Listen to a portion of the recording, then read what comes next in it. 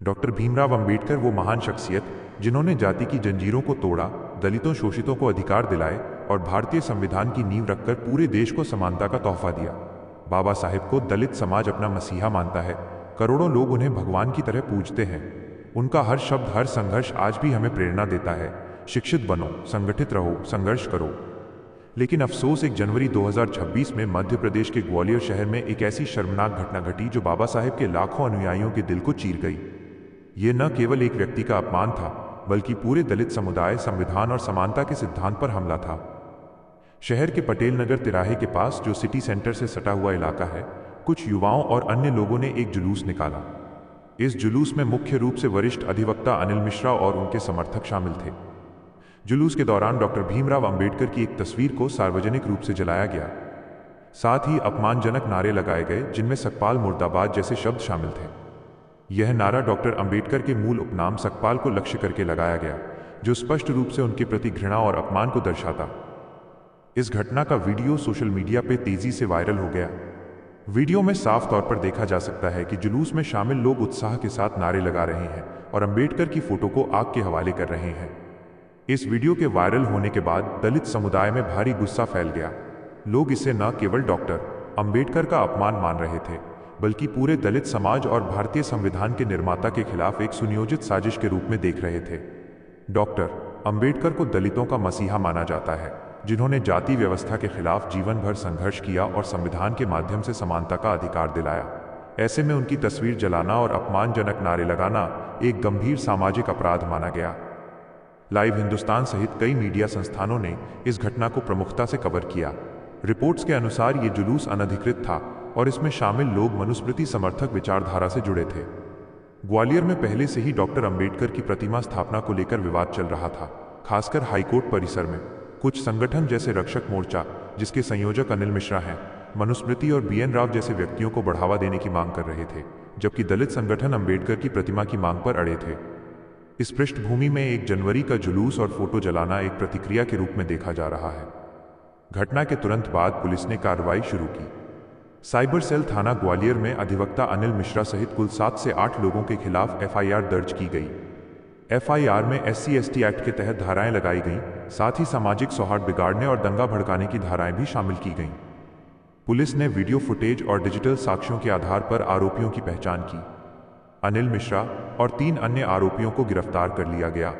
उन्हें पुरानी छावनी क्षेत्र से पकड़ा गया, जब वे कथित तौर पर मोरेना की ओर जा रहे थे। स्थानीय अदालत ने चारों को जेल भेज दिया। दलित संगठनों ने इस घटना के खिलाफ तत्काल विरोध प्रदर्शन शुरू कर दिए। 2 जनवरी 2026 को भीम आर्मी, आजाद समाज पार्टी और अन्य दलित संगठनों ने कलेक्ट्रेट पर धरना दिया। प्रदर्शनकारियों ने आरोपियों पर राष्ट्रीय सुरक्षा कानून NSA लगाने की मांग की। उन्होंने कहा कि यह घटना केवल एक व्यक्ति का अपमान नहीं, बल्कि पूरे दलित समाज को चुनौती देने वाली है।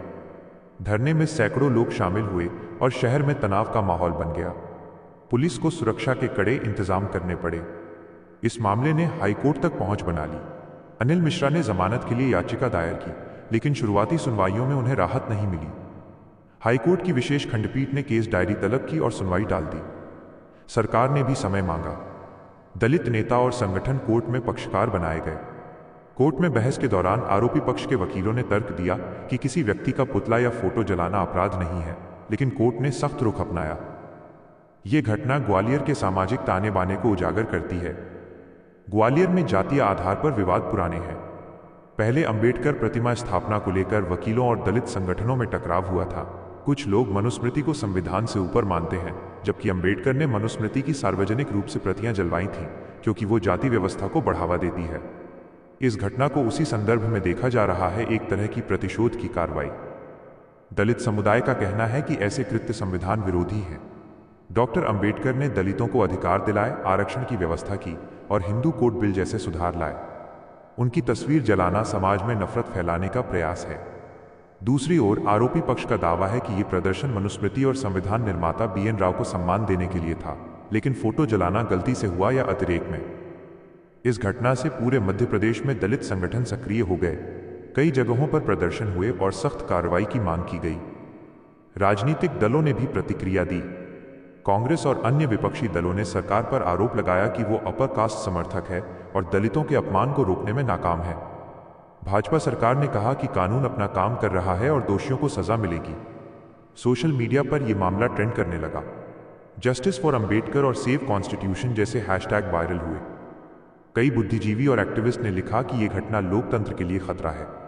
डॉक्टर अंबेडकर की जीवनी याद दिलाई गई, कैसे उन्होंने जाति के खिलाफ संघर्ष किया, कैसे महाड़ सत्याग्रह किया, कैसे पूना पैक्ट साइन किया। घटना के बाद शहर में तनाव बना रहा। पुलिस ने संवेदनशील इलाकों में फोर्स तैनात की। दलित बस्तियों में लोग गुस्से में थे, जबकि अन्य समुदायों में डर का माहौल। कुछ लोगों ने कहा कि ऐसे जुलूस बिना अनुमति के नहीं निकलने चाहिए।